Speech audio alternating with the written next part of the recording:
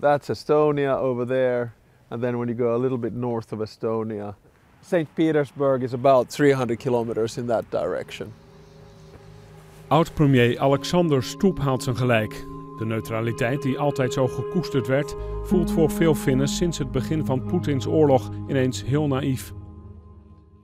I think the correct reaction of the Finnish population is to say we should join NATO.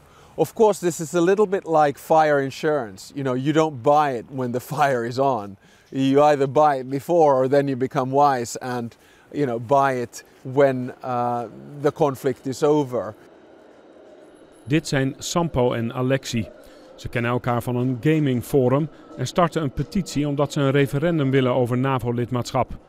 Binnen een week hadden ze 70.000 handtekeningen verzameld. So the petition says that we should have a non-binding referendum of whether we join NATO or not. We have now seen how Russia treats its neighbors. We're already in the European Union. We really should finally take the last step and actually join NATO and gain the security guarantees under the NATO Article 5 and other full benefits of NATO membership. We began here, got a couple of hundred. Putin did his speech about the People's Republics, and then when the cruise missiles hit, we got 20,000 signatures per day for the next 2 days and hit the limit of 50,000 and up to 70,000. Omdat ze meer dan 50.000 handtekeningen hebben verzameld, moet het parlement volgens de Finse wet het referendumplan in elk geval bespreken. We have been getting some feedback from the older population that this is actually dangerous to propose something like this. The younger generation doesn't remember the Soviet Union times, doesn't remember the Finlandization. It has never lived in that time. We have been living as free European citizens our whole life.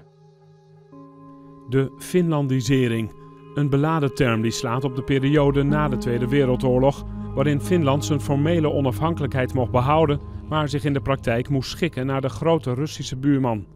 It's a concept which is very uncomfortable for us to talk about. We don't like it. Actually, we hate it. Because for us it meant that we were subdued, basically forced to take a certain line in the face of a grand aggressor like the Soviet Union. So we didn't really have freedom of press. The example that I give, in the 1970s, we could not publish Alexander Solzhenitsyn's The Gulag Archipelago, which is a brilliant book. It's a really horrible period in Finnish history, and that's why we don't like the term Finlandization.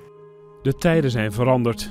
Veelzeggend was het bezoek van de Finse president aan Washington eergisteren. Als eerste staatshoofd sinds de Russische invasie op bezoek bij het machtigste NAVO-land. President Obama used to say, we'd be all right if we left everything to the Nordic countries. We'd be fine. Well, we usually don't start wars. Finland begint geen oorlogen, maar herdenkt ze wel. Al is dit militaire museum vandaag vooral in trek omdat er een populaire langlaufroute begint. Van sommige Finse tradities blijf je af, andere mogen sneuvelen. I was pretty neutral about it, but it's really remarkable. It's been so fast. It's in that way it's unbelievable. Finland is small and we need mikä se on kumppani? Mikä se on kumppani? We live so near the border. I think it's very important that we know if the situation goes worse, then somebody will come and help us. So I think that there is now a critical mass, over 50%, and it's going to increase, supporting NATO membership because we're seeing a new Iron Curtain being drawn here in Europe.